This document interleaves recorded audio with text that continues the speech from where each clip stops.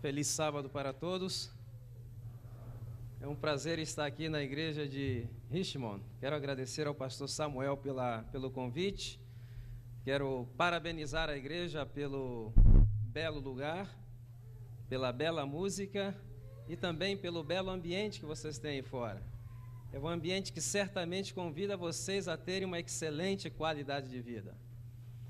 Fazendo apenas algumas correções, o pastor mencionou Monte Morelos. Eu não estudei em Monte Morelos, estudei na Universidade México-Americana do Norte. Moro numa cidade chamada McAllen, Texas, que fica a 12 milhas da fronteira com o México. E eu cruzava todo dia a fronteira para poder atender a escola de medicina. Terminando medicina, vim para o Texas, onde eu fui fazer o meu internado. Fiz 1 ano no hospital de Mission. Tive uma pequena clínica maternidade e há algum tempo eu me dedico à consultoria.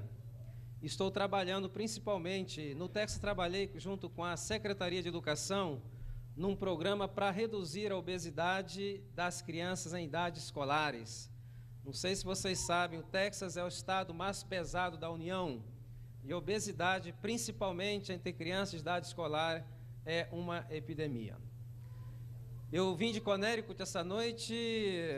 Eu acho que dormi apenas umas 2 horas. Essas últimas 24 horas certamente não tem sido uma boa qualidade de vida para mim. Vocês podem notar pela minha fisionomia que está um pouco assim amarrotado, não é verdade? Mas é um prazer estar aqui com vocês. E uma coisa eu tenho certeza: em termos de saúde, se vocês assistirem todas as palestras que vão ser dadas aqui, vocês vão poder dividir a vida de vocês em 2 partes, antes e depois da palestra. Eu quero que você trazer uma verdadeira revolução, mas uma revolução individual na vida de cada um. E nós temos tido muito êxito nisso. Temos tido tanto êxito que igrejas evangélicas estão convidando para dar mensagem, para compartilhar a mensagem de saúde com eles, coisa que há 10, 15 anos atrás era algo praticamente impossível.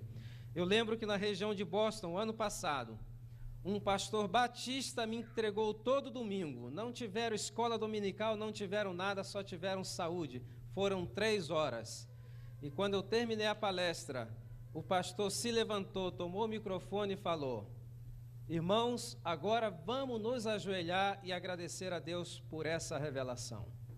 Então, creio que esses dias que vamos estar aqui juntos será de um grande benefício. Mas eu vivo no Texas, um lugar muito longe, venho de longe e tenho boas e más notícias. O que é que vocês querem primeiro? Primeiro as más notícias? Irmãos, nós vivemos num país que é considerado a nação mais rica e poderosa do planeta. Os recursos que nós temos nesse país, aplicado no setor de saúde, torna esse país como uma referência para todo mundo. Para que vocês tenham uma ideia, somente o que nós gastamos no ano 2000 no setor de saúde representa todo o produto interno bruto do México e do Brasil juntos, 1 trilhão e 400 bilhões de dólares. As projeções para o ano 2012 será que se gastará no setor de saúde 4 trilhões de dólares, significando que $1 de cada 5 será gasto no setor de saúde, superando pela primeira vez na história o orçamento de defesa nacional. Nós temos uma tecnologia de ponta que faz o diagnóstico de algumas enfermidades quase que 100% perfeito. E a cada momento nós temos estudos sendo conduzidos buscando melhores maneiras de tratar as enfermidades. Mas existe uma incógnita. Com tanto dinheiro, com tanta tecnologia, com tantos hospitais, com tantos profissionais bem preparados, como se encontra a situação daqueles que vivem nos Estados Unidos ao entrarmos no século XXI com relação à saúde? E eu gostaria de compartilhar com vocês uns dados que tenho do Centro para o Controle das Enfermidades, que é o famoso CDC, que nos dá mais ou menos um perfil da situação da saúde do povo americano ao entrarmos no século XXI. De acordo com o Centro para o Controle das Enfermidades, hoje nós temos nos Estados Unidos 60 milhões de pessoas que padecem de algum tipo de enfermidade cardiovascular. Ou seja, uma pessoa em cada 5 padece de algum tipo de enfermidade cardiovascular. Temos hoje 18 milhões de diabéticos, mas acredita-se que existam 5 milhões a mais que não sabem que têm enfermidade porque são considerados assintomáticos. A cada ano ocorre 1.600.000 ataques de coração, é dizer, um ataque de coração a cada 24 segundos e uma morte por problemas cardíacos a cada 45 segundos. A cada 30 segundos uma pessoa é diagnosticada com câncer e a cada 55 segundos uma pessoa morre de câncer. A cada ano, 180.000 mulheres são diagnosticadas com câncer dos seios e aproximadamente 80.000 morrem nos 3 primeiros anos do diagnóstico. 1/3 dos homens que morrem de câncer da próstata. Ocorre nesse país 750.000 derrames cerebrais a cada ano, deixando aproximadamente 400.000 mortes e outras 250.000 pessoas inválidas por toda a vida. Existem 60 milhões de obesos. Uma pessoa em cada 5 está obesa, mais 8 em cada 10 está acima do peso. São 92 milhões de pessoas padecendo de pressão arterial elevada. Uma pessoa em cada 3 tem a pressão arterial elevada.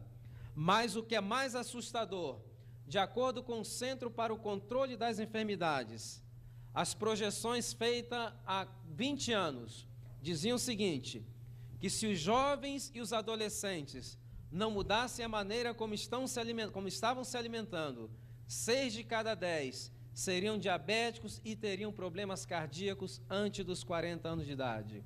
E as projeções mais recentes da Associação Americana de Pediatria diz que todas as crianças que nasceram do ano 2000 para cá, se seguirem nesse sistema de alimentação americano, mais de 90% serão diabéticos e terão problemas cardíacos antes dos 40 anos de idade. Apesar de todos os recursos que nós temos, apesar de todos os recursos financeiros, tecnológicos, profissionais, nós estamos entrando no século 21 com uma geração de enfermos. Agora, se dinheiro e tecnologia não é suficiente para manter um povo são, onde deve estar o problema? Vocês creem que existe alguma relação entre o meu estilo de vida e as enfermidades? Vocês creem que existe alguma relação entre a maneira como estou me alimentando e as enfermidades? E eu gostaria de comparar com vocês 2 povos que são considerados hoje os extremos no que diz respeito à saúde e qualidade de vida. O primeiro povo que tem a média de vida mais alta do planeta chama-se Hunzas. Eles vivem nos Himalaias, entre a fronteira do Paquistão com a China. Média de vida de Hunza varia de 98 a 102 anos de idade. Mas é interessante que os Hunzas não somente vivem muito, como que eles têm uma excelente qualidade de vida quando já são idosos. Se vocês tiverem o privilégio de visitar a Vila dos Hunzas, vocês vão ficar espantados de verem centenários ainda estão cuidando da sua terra, ainda estão cortando sua lenha e ainda estão montando seus cavalos. Parece o céu, não é verdade? Mas não é. Agora, a que se deve a longevidade dos Hunzas? Os Hunzas se alimentam basicamente de frutas, cereais, nozes, legumes. O único produto de origem animal que os Hunzas utilizam é o iogurte. Carne comem apenas 4 vezes ao ano, quando oferecem sacrifício nas suas festas religiosas e têm que comer a carne daqueles animais. Alguns investigadores da Califórnia visitaram a Vila dos Hunzas e encontraram algumas coisas que nos assombram e também nos assustam. Por exemplo, não encontraram uma pessoa naquela vila que tenha problema nos olhos. 90 anos, visão 20/20. Não encontraram nenhuma pessoa que padeça de úlcera ou problemas gástricos. Tumores são enfermidades inexistentes. Pressão arterial e outras enfermidades cardiovasculares são inexistentes. certamente não seria um bom lugar para se colocar uma farmácia, não é verdade? Agora, fazendo-se autópsias em pessoas com mais de 90 anos, sabe o que eles descobriram? Que as artérias desses nonagenários estão em melhores condições que as artérias dos nossos adolescentes aqui no Ocidente. Quais são os dois fatores que influenciam a longevidade e a saúde? E aqui nós vamos ver dois fatores, o fator ambiental e o fator nutricional. Agora vamos ver o povo que tem a menor média de vida do planeta. Vou convidar a vocês que façamos uma viagem até o Polo Norte. Aí vamos encontrar um grupo chamado o quê? Esquimós. Quanto vocês acham que é a média de vida de um esquimó? Quanto? Aqui tem 40, quem dá menos? 29 anos. Agora, por que vivem tão pouco um esquimó? Aqui nós vemos dois fatores. Fator o quê? Ambiental, que leva a um desbalance no fator o quê? Nutricional. Eles vivem numa região inóspita, aí não se pode plantar nada. A dieta dos esquimós, basicamente, o que consiste de quê? Alguns animais nem poderíamos chamar de peixe, na realidade são mamíferos aquáticos. São animais que têm o quê? Uma grande quantidade de gordura na sua carne.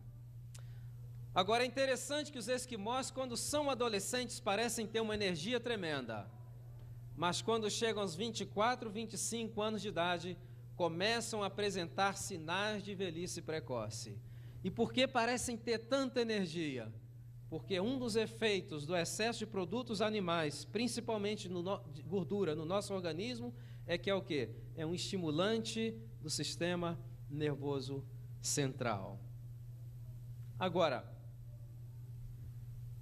dois fatores. Nós vemos que o fator nutricional e o fator ambiental reduziu a média de vida de um povo, a diferença de aproximadamente quase que um terço, ou um pouco mais de um terço.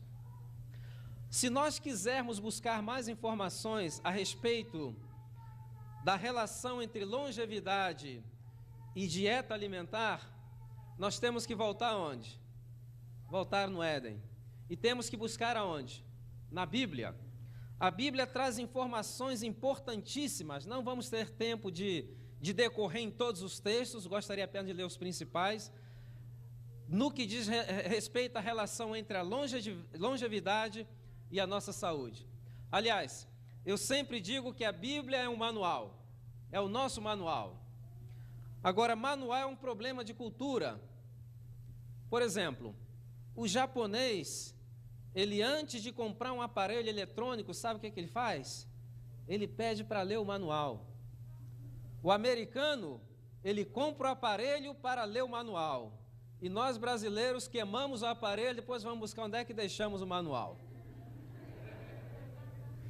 Não vamos fazer com o nosso corpo o que às vezes fazemos com os nossos aparelhos eletrônicos. Mas se nós vermos logo no primeiro capítulo da Bíblia, no livro de Gênesis, o Espírito de Profecia menciona que Deus criou o homem perfeito.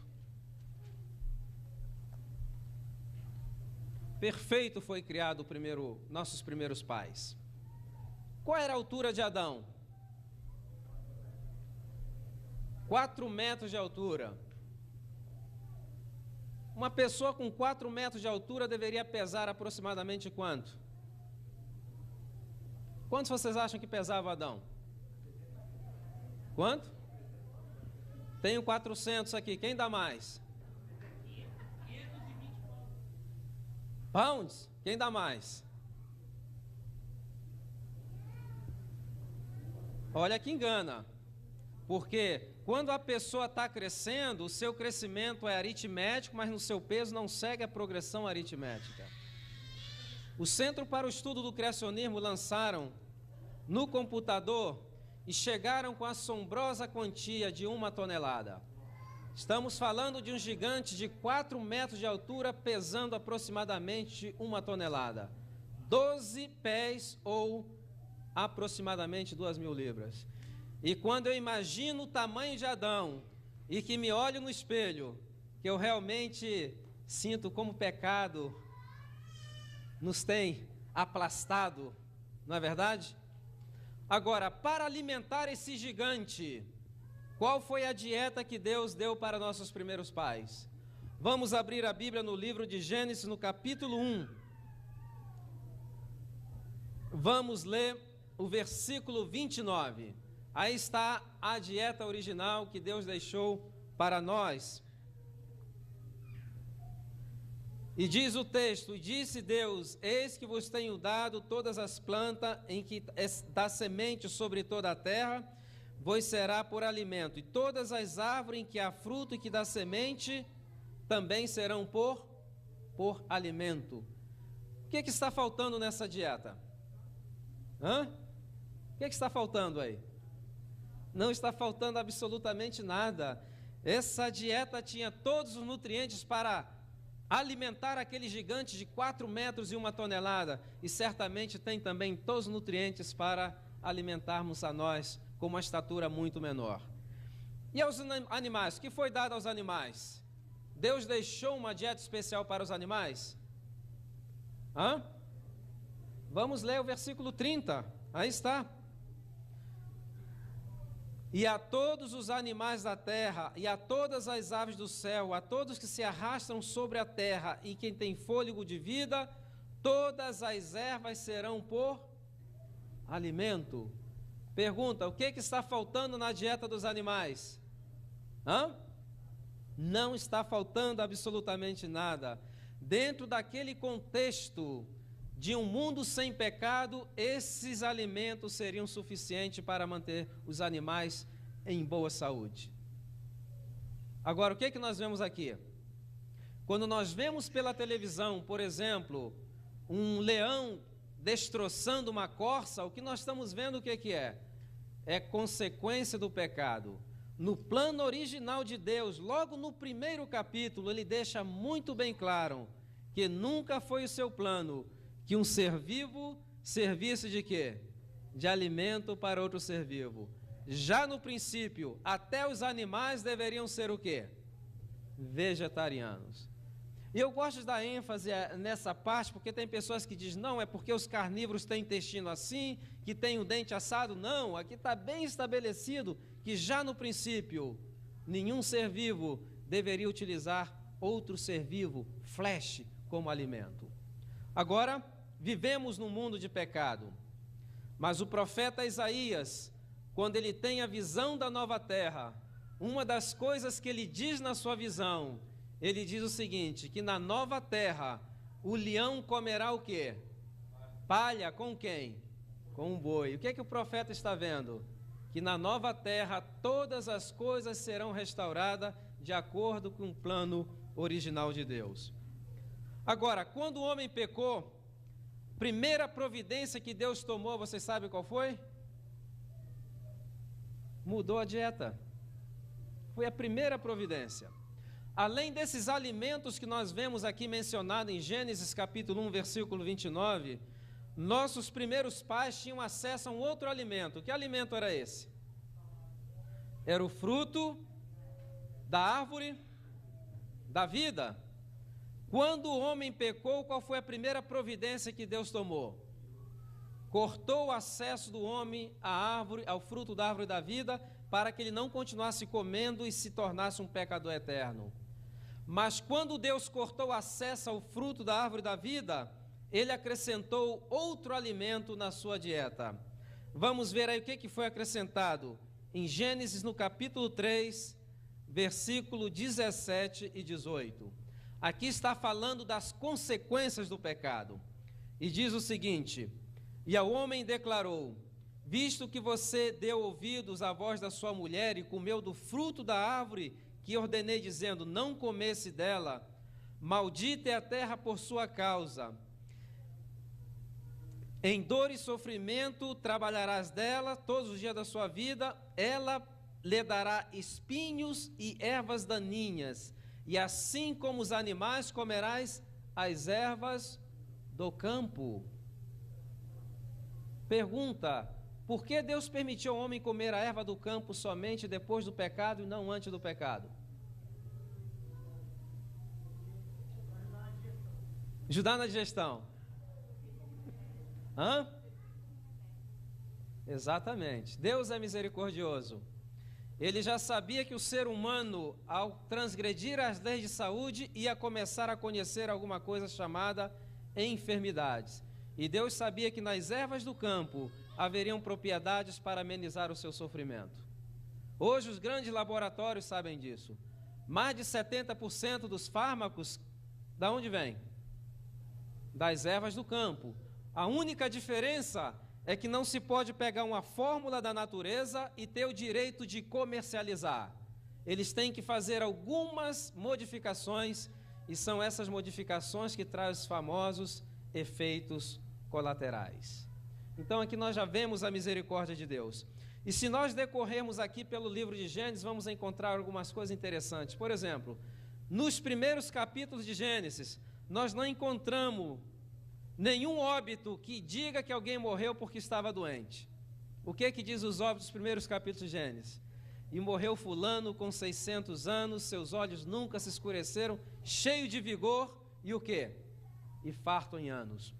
Uma coisa que nós notamos também no livro de Gênesis, que é ao contrário de que nós vemos hoje é o que nós chamamos o paradoxo da medicina, é que a vida no livro de Gênesis, dos nossos primeiros antecessores, era marcada por uma característica: era uma vida longa e uma morte rápida. E hoje o que nós temos? Nós temos uma vida curta e uma morte longa, uma morte lenta. Hoje, por exemplo, se espera que os americanos que se aposentarão para o ano 2012 vivam até os 80 anos de idade. Mas também se espera que mais de 60% passarão os 10 últimos anos da sua vida no nursing home, incapazes de cuidar de si mesmo. Agora, se Adão houvesse sido fiel, qual deveria ser a média de vida de Adão e Eva? Se eles não tivessem pecado? Eterno, exatamente. Viveriam o quê? Eternamente. Já veio o pecado, e se vocês leem nas casas de vocês o capítulo 5 todo de Gênesis, vocês vão ver que a média de vida antes do dilúvio era 912 anos. Depois do dilúvio, o que aconteceu? Duas coisas mudaram. Mudou o ambiente e mudou também o quê? A alimentação. Se vocês lerem o capítulo 11 de Gênesis, vão ver que ao mudar o ambiente e ao mudar a alimentação, a média de vida de 912 anos caiu para 286 anos. Nos dias dos israelitas, qual era a média de vida? O que diz o Salmo 90, versículo 10? Que a vida do homem são 70 anos. Quando existe vigor, chega aos 80, mas a maioria deles é o quê? Cansaço, enfado, porque passa rapidamente e voamos. O salmista não estava determinando que o homem deveria viver só 70, 80 anos. Se vocês verem o versículo no final, na realidade ele estava lamentando quão rápida e quão curta se havia tornado a vida. E hoje estamos vivendo mais ou menos? Ou estamos vivendo mais ou menos?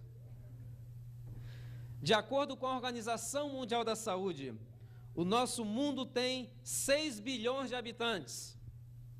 Desses 6 bilhões de habitantes, 50%, a metade da população do mundo, morrem antes de completar os 17 anos de idade.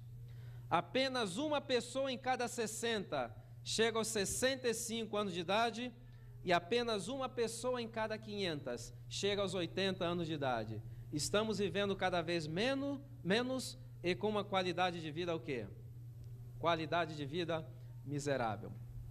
Durante essa semana nós vamos discutir 5 fatores que têm contribuído para essa diminuição da energia da raça humana através dos séculos e o que nós podemos fazer para voltar a ter uma vida de energia, com vigor e o quê? Para podermos ser úteis mais à nossa família, à nossa igreja e ao nosso Deus. E eu vou falar em ordem de importância. Vou começar agora, talvez apenas... Quantos minutos eu tinha, pastor? Ainda tem, né? Vamos falar em ordem de importância. Por exemplo, se você quer fazer uma reforma na saúde na sua vida e você quer começar com a coisa mais importante, qual seria a coisa mais importante para você? Hã? Carne? Não, carne está em terceiro lugar.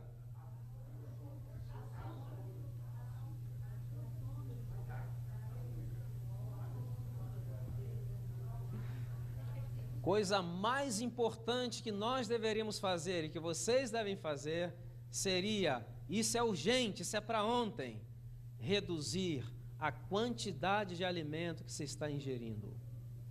Hoje, pessoas que vivem em estratos sociais onde existe abundância de alimentos estão como que literalmente cavando as suas sepulturas com os próprios dentes. Em 1996, os cientistas que estudam o processo do envelhecimento publicaram um artigo no Time Magazine intitulado Forever Young, Jovens para Sempre. Depois de 30 anos investigando, pesquisando a nível molecular o processo do envelhecimento, eles fazem algumas declarações que nos assombram.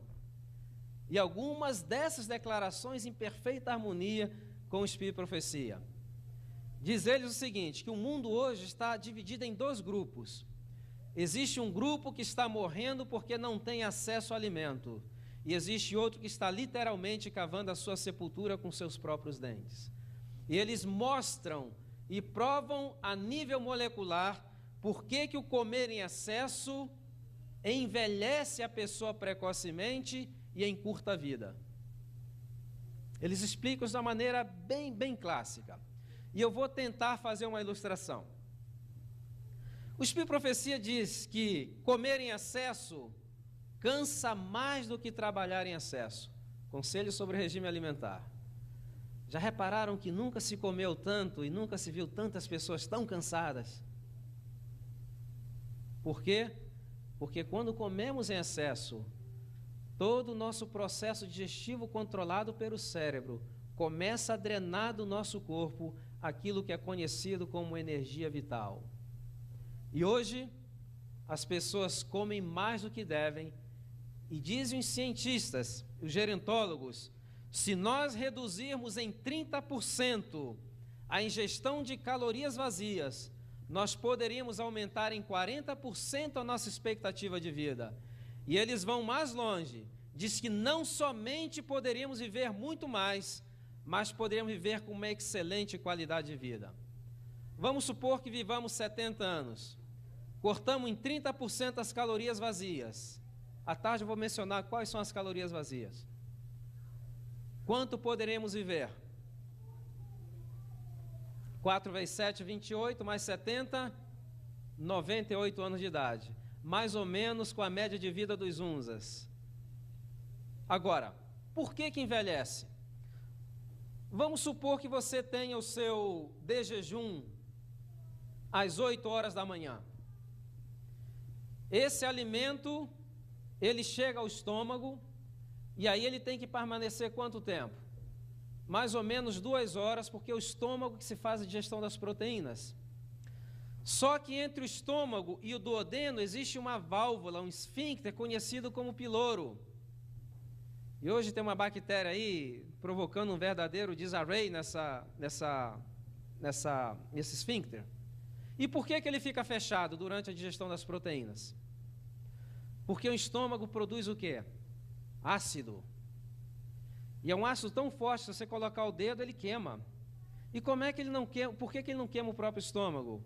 Porque o estômago conta de uma mucosa com uma geleia que não permite que esse ácido digira o tecido do próprio estômago.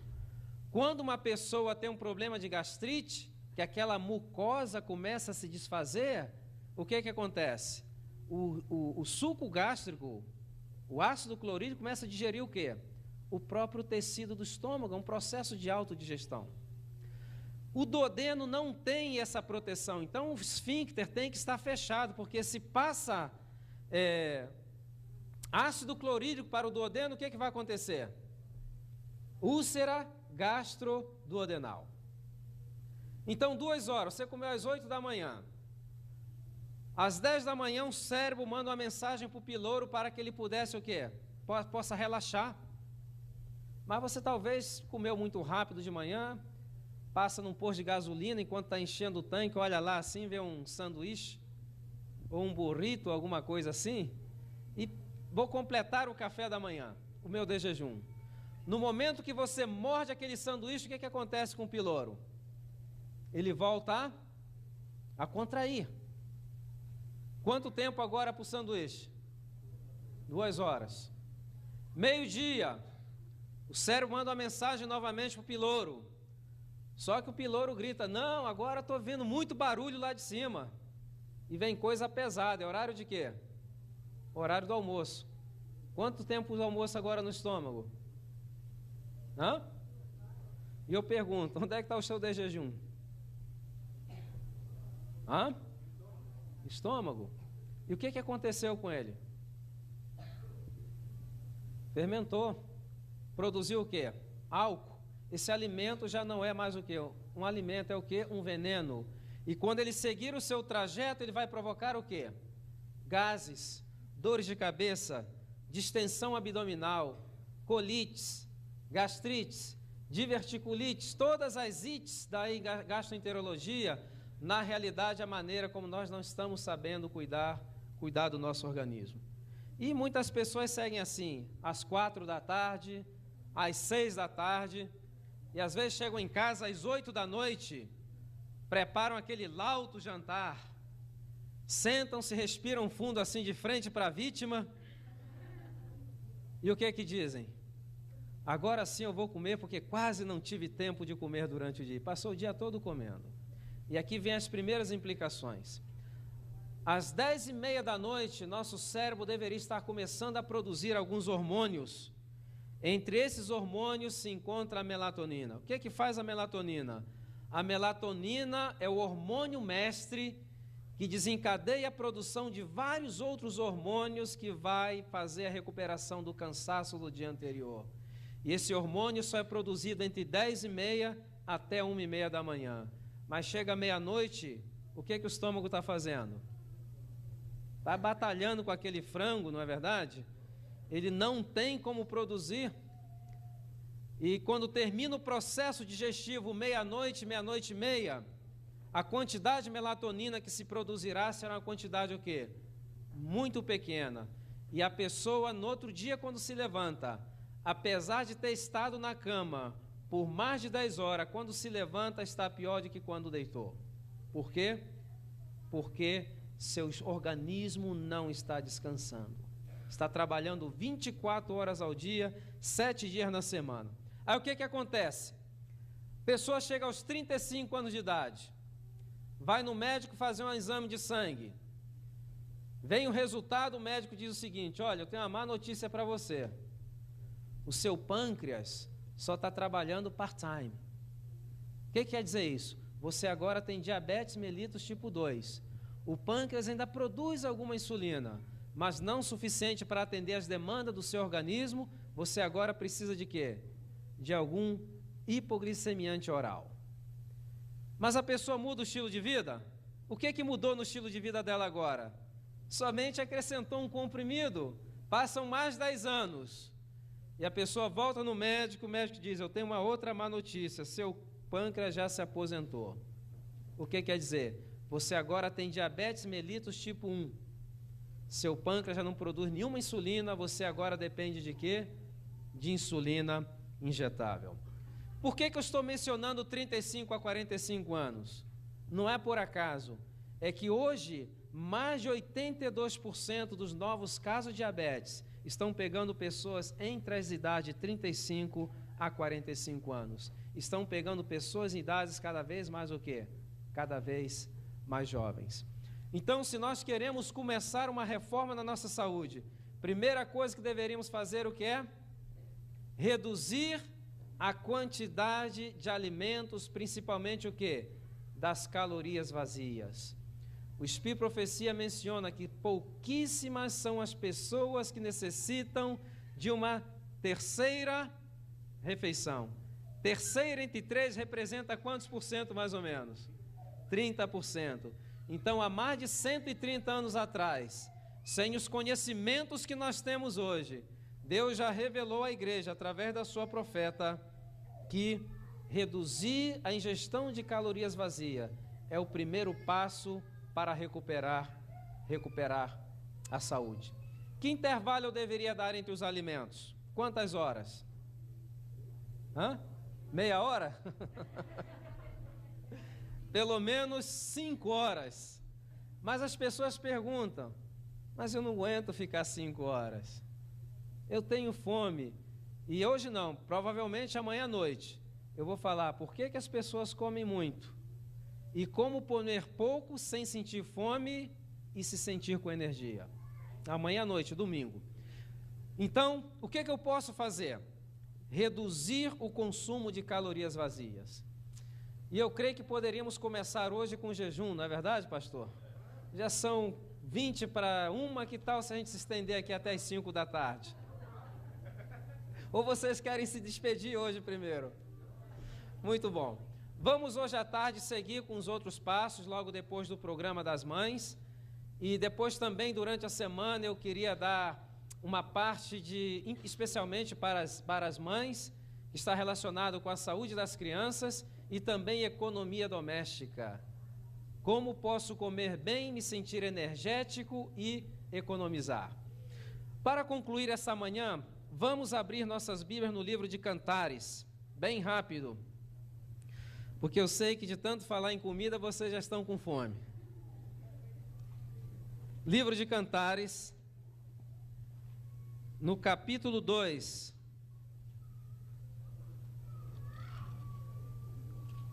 Capítulo 2, vamos ler o versículo 15.